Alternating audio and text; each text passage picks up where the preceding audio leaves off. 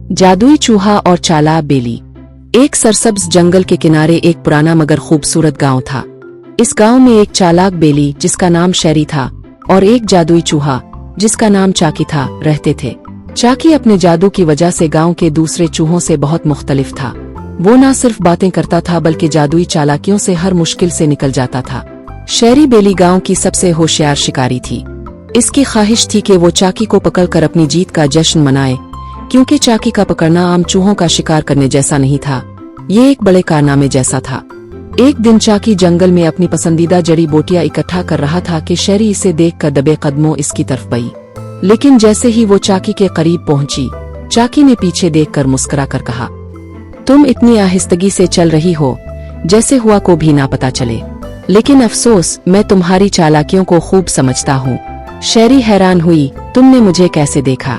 चाकी ने मुस्कुराते हुए अपनी जादुई छड़ी निकाली और कहा, मेरी छड़ी सब कुछ देख लेती है शेरी।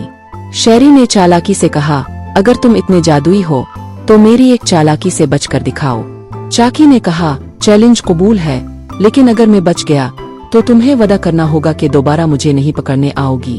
शेरी ने हंसते हुए कहा, ठीक है, लेकिन ये मत सोचना कि तुम बच पाओगे। शेरी ने एक पेचीदा जाल बिछाया जो दरख्तों के बीच था और चाकी को लालच दिया कि वो वहां आए। चाकी जाल की तरफ भागा, लेकिन जैसे ही जाल के करीब पहुंचा, इसने अपनी छड़ी से एक मंत्र पा।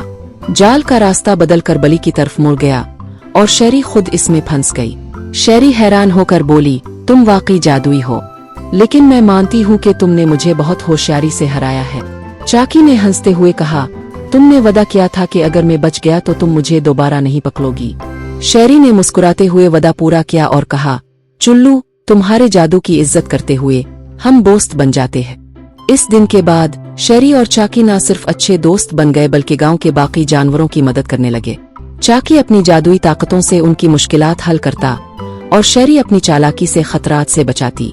यूं उन दोनों की दुश्मनी दोस्ती में बदल गई और जंगल में उनकी कहानी मशहूर हो गई कि कैसे एक जादुई चूहा और चालाक बेली मिलकर सबके लिए खुशी लाए।